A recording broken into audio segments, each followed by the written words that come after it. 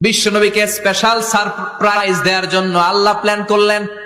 জিব্রাইল ডেকে বললেন, ও জিব্রাইল, আমার পেয়ারা নবীকে স্পেশাল সারপ্রাইজ দিব, কিন্তু এই সারপ্রাইজের গিফটটা তোমার হাত দিয়ে আমি দিতে চাই না, তুমি দিয়ে আসলে হবে না। আমার পেয়ারা নবীকে দুনিয়া থেকে টান দিয়ে আমার আরশের উপরে নিয়ে আসো।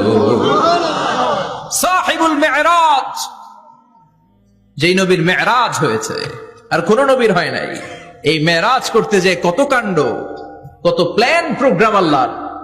টাইমের স্পিডকে আল্লাহ থামিয়ে দিলেন। মক্কা থেকে উঠিয়ে বিশ্বনবীকে এক মরুভূমিতে রাখা হলো রাতে। বললেন দোয়া করেন। দোয়া করে বিশ্বনবী বললেন, ভাই জিব্রাইল, এটা কোন জায়গা, কোথায় দোয়া করব? সাইয়েদনা জিব্রাইল বলেন, নবী, কিছুদিন পরে এই জায়গায় আপনি হিজরত করে আসবেন, এই জায়গার নাম ইয়াসরিব, মদিনা। দোয়া করলেন। আবার সেখান থেকে তুলে এক পাহাড়ে রাখা হলো। নবী দোয়া করেন।